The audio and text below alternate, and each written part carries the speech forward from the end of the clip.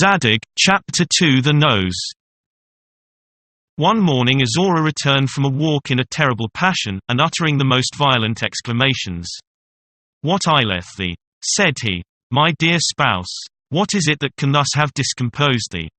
"Alas," said she, "thou wouldst be as much enraged as I am hadst thou seen what I have just beheld. I have been to comfort the young widow Khosroo, who, within these 2 days, hath raised a tomb to her young husband, near the rivulet that washes the skirts of this meadow. She vowed to heaven, in the bitterness of her grief, to remain at this tomb while the water of the rivulet should continue to run near it." "Well," said Zadig, "she is an excellent woman, and loved her husband with the most sincere affection." "Ah," replied Azora, "didst thou but know in what she was employed when I went to wait upon her." "In what, pray, beautiful Azora? Was she turning the course of the rivulet?" Azora broke out into such long invectives and loaded the young widow with such bitter reproaches, that Zadig was far from being pleased with this ostentation of virtue. Zadig had a friend named Kadr, one of those young men in whom his wife discovered more probity and merit than in others. He made him his confidant, and secured his fidelity as much as possible by a considerable present. Azora, having passed 2 days with a friend in the country, returned home on the third. The servants told her, with tears in their eyes, that her husband died suddenly the night before, that they were afraid to send her an account of this mournful event, and that they had just been depositing his corpse in the tomb of his ancestors, at the end of the garden. She wept, she tore her hair, and swore she would follow him to the grave. In the evening Kadr begged leave to wait upon her, and joined his tears with hers. Next day they wept less, and dined together. Kadr told her that his friend had left him the greatest part of his estate, and that he should think himself extremely happy in sharing his fortune with her. The lady wept, fell into a passion, and at last became more mild and gentle. They sat longer at supper than at dinner. They now talked with greater confidence. Azora praised the deceased, but owned that he had many failings from which Kadr was free. During supper Kadr complained of a violent pain in his side. The lady, greatly concerned, and eager to serve him, caused all kinds of essences to be brought, with which she anointed him, to try if some of them might not possibly ease him of his pain. She lamented that the great Hermes was not still in Babylon. She even condescended to touch the side in which Kadr felt such exquisite pain. "Art thou subject to this cruel disorder?" said she to him with a compassionate air. "It sometimes brings me," replied Kadr, "to the brink of the grave, and there is but one remedy that can give me relief, and that is to apply to my side the nose of a man who is lately dead." "A strange remedy, indeed," said Azora. "Not more strange," replied he, "than the satchels of Arnon against the apoplexy. This reason, added to the great merit of the young man, at last determined the lady. After all," says she, "when my husband shall cross the bridge Chinavar, in his journey to the other world, the angel Azrael will not refuse him a passage because his nose is a little shorter in the second life than it was in the first." She then took a razor, went to her husband's tomb, bedewed it with her tears, and drew near to cut off the nose of Zadig, whom she found extended at full length in the tomb. Zadig arose, holding his nose with one hand, and, putting back the razor with the other. "Madam," said he, "don't exclaim so violently against young Khosroo. The project of cutting off my nose is equal to that of turning the course of a rivulet." Zadig found by experience that the first month of marriage, as it is written in the Book of Zend, is the moon of honey, and that the second is the moon of wormwood. He was some time after obliged to repudiate Azora, who became too difficult to be pleased. And he then sought for happiness in the study of nature. "No man," said he, "can be happier than a philosopher who reads in this great book which God hath placed before our eyes.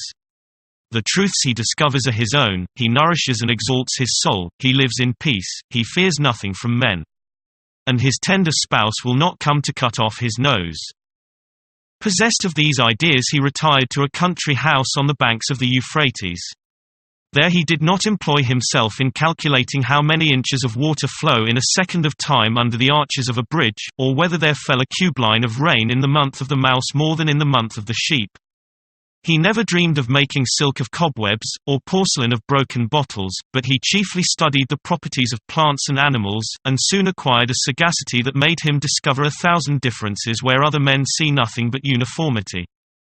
One day, as he was walking near a little wood, he saw one of the queen's eunuchs running toward him, followed by several officers, who appeared to be in great perplexity, and who ran to and fro like men distracted, eagerly searching for something they had lost of great value. "Young man," said the first eunuch, "hast thou seen the queen's dog? It is a female." Replied Zadig, "Thou art in the right." Returned the first eunuch, "It is a very small she-spaniel." Added Zadig, "She has lately whelped. She limps on the left forefoot, and has very long ears." "Thou hast seen her?" said the first eunuch, quite out of breath. "No," replied Zadig, "I have not seen her, nor did I so much as know that the queen had a dog." Exactly at the same time, by one of the common freaks of fortune, the finest horse in the king's stable had escaped from the jockey in the plains of Babylon. The principal huntsman and all the other officers ran after him with as much eagerness and anxiety as the first eunuch had done after the spaniel. The principal huntsman addressed himself to Zadig, and asked him if he had not seen the king's horse passing by. "He is the fleetest horse in the king's stable," replied Zadig. "He is 5 feet high, with very small hoofs, and a tail 3 feet and a half in length.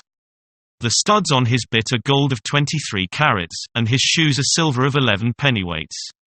"What way did he take? Where is he?" demanded the chief huntsman. "I have not seen him," replied Zadig, "and never heard talk of him before." The principal huntsman and the first eunuch never doubted but that Zadig had stolen the king's horse and the queen's spaniel. They therefore had him conducted before the assembly of the Grand Disturum, who condemned him to the knout, and to spend the rest of his days in Siberia. Hardly was the sentence passed when the horse and the spaniel were both found.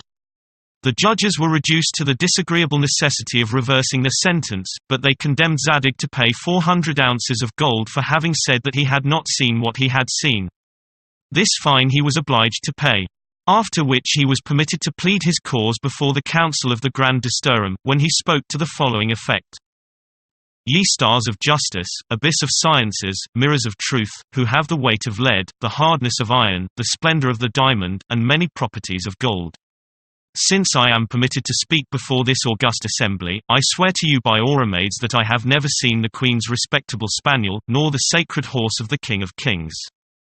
The truth of the matter was as follows. I was walking toward the little wood, where I afterwards met the venerable eunuch, and the most illustrious chief huntsman. I observed on the sand the traces of an animal, and could easily perceive them to be those of a little dog. The light and long furrows impressed on little eminences of sand between the marks of the paws plainly discovered that it was a female, whose dugs were hanging down, and that therefore she must have whelped a few days before. Other traces of a different kind, that always appeared to have gently brushed the surface of the sand near the marks of the forefeet, showed me that she had very long ears, and as I remarked that there was always a slighter impression made on the sand by one foot than the other 3, I found that the spaniel of our august queen was a little lame, if I may be allowed the expression. With regard to the horse of the King of Kings, you will be pleased to know that, walking in the lanes of this wood, I observed the marks of a horse's shoes, all at equal distances. This must be a horse, said I to myself, that gallops excellently. The dust on the trees in the road that was but 7 feet wide was a little brushed off, at the distance of 3 feet and a half from the middle of the road. This horse, said I, has a tail 3 feet and a half long, which being whisked to the right and left, has swept away the dust. I observed under the trees that formed an arbor 5 feet in height, that the leaves of the branches were newly fallen, from whence I inferred that the horse had touched them, and that he must therefore be 5 feet high. As to his bit, it must be gold of 23 carats, for he had rubbed its bosses against a stone which I knew to be a touchstone, and which I have tried. In a word, from the marks made by his shoes on flints of another kind, I concluded that he was shod with silver 11 deniers fine. All the judges admired Zadig for his acute and profound discernment. The news of this speech was carried even to the king and queen. Nothing was talked of but Zadig in the antechambers, the chambers, and the cabinet. And though many of the Magi were of opinion that he ought to be burned as a sorcerer, the king ordered his officers to restore him the 400 ounces of gold which he had been obliged to pay. The register, the attorneys, and bailiffs went to his house with great formality, to carry him back his 400 ounces. They only retained 398 of them to defray the expenses of justice, and the servants demanded the fees. Zadig saw how extremely dangerous it sometimes is to appear too knowing, and therefore resolved that on the next occasion of the like nature he would not tell what he had seen. Such an opportunity soon offered. A prisoner of state made his escape, and passed under the window of Zadig's house. Zadig was examined and made no answer. But it was proved that he had looked at the prisoner from this window. For this crime he was condemned to pay 500 ounces of gold. And, according to the polite custom of Babylon, he thanked his judges for their indulgence. "Great God!" said he to himself. "What a misfortune it is to walk in a wood through which the queen's spaniel or the king's horse has passed. How dangerous to look out at a window, and how difficult to be happy in this life."